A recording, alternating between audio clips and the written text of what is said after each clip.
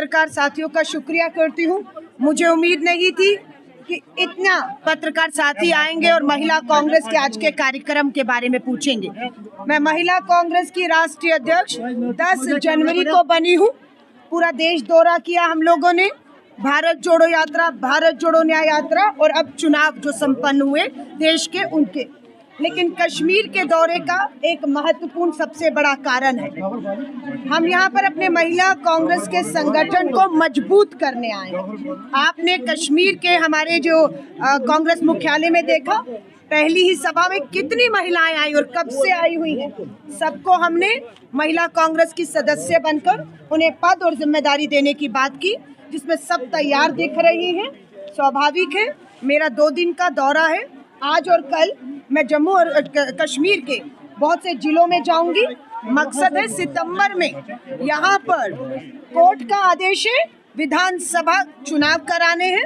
हमने उसकी तैयारी शुरू कर दी है। कल कांग्रेस वर्किंग कमेटी की बैठक दिल्ली में हुई है, उसमें भी हमें ये बात हुई कि 5 राज्यों के चुनाव आने हैं, उसमें कांग्रेस पूरी ताकत के साथ उतरेगी। सबसे पहला चुनाव यहाँ पर जम्मू और कश्मीर में होना है विधानसभा का 30 सितंबर से पहले। महिला कांग्रेस ने उसकी तैयारी आज और अभी से शुरू कर दी है।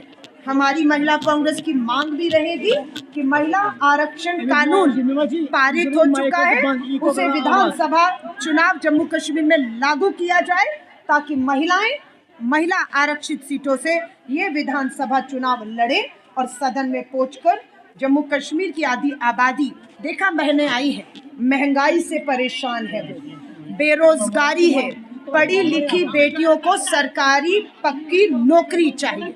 हमारा वायदा है जम्मू कश्मीर की हर पढ़ी लिखी बेटी को हम सरकारी पक्की नौकरी देने का प्रयास रहेगा। जो बहनें हमारी उम्र हो चुकी है, महंगाई बेरोजगारी में काम चाहती हैं, हम हर बहन को घर बैठे बैठे काम और कमाई देने के ऊपर अपने इस पूरे दौरे पर चर्चा करेंगे।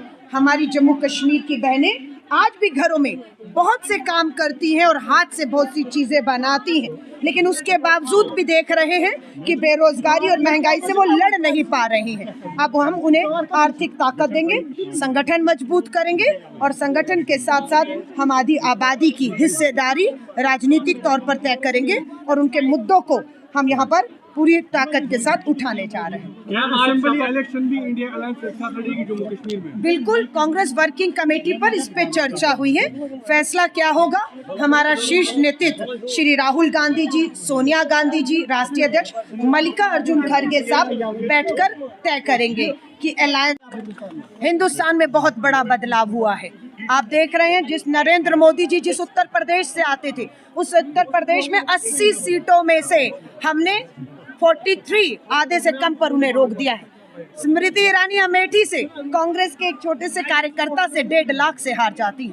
प्रधानमंत्री नरेंद्र मोदी जी कहते थे उनका मार्जिन 10 लाख का रहेगा, 1.5 लाख पर प्रधानमंत्री जी हारते हारते किसी तरह अपनी कुर्सी बचा पाए। लेकिन प्रधानमंत्री मोदी जी ने भाजपा की संसदीय दल की मीटिंग नहीं बुलाई अभी तक, क्योंकि भाजपा के अगर संसदीय दल की मीटिंग बुलाई जाती तो हमें पता है नितिन गडकरी जी, शिवराज सिंह चौहान जी, बहुत से नेता नहीं चाहते थे कि प्रधानमंत्री दोबारा मोदी जी बने, क्योंकि बहुमत विश्वास खो दिया था। इसलिए एनडीए की मीटिंग में उन्हें पहले नेता चुना जाता है और वो एनडीए में जो नीतीश कुमार जी हैं, वो नीतीश कुमार जातीय जनगणना चाहते हैं और मोदी जी देश में जाति जनगणना नहीं चाहते हैं।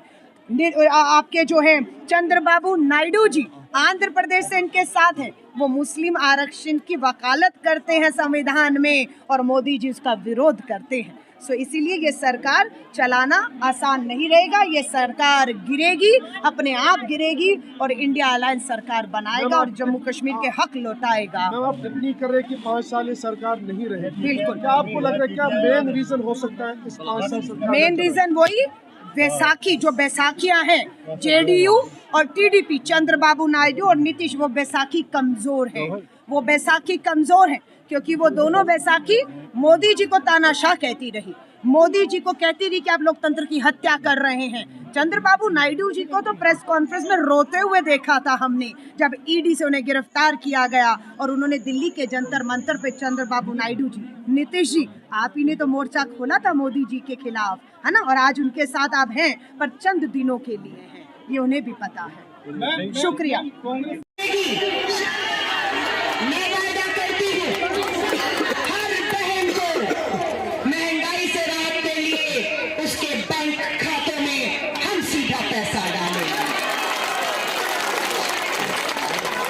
पढ़ी लिखी बेटियों को मैं कहना चाहती हूँ, अपनी पढ़ाई लिखाई बीच में मत छोड़िएगा।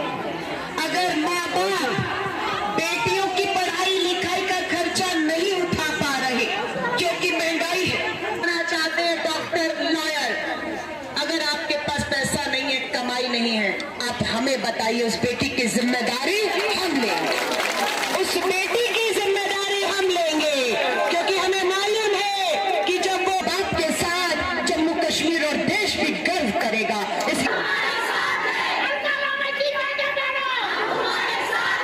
मैं बड़ी की माँ ने पढ़ाई और लिखाई, माँ बाप ने क्यों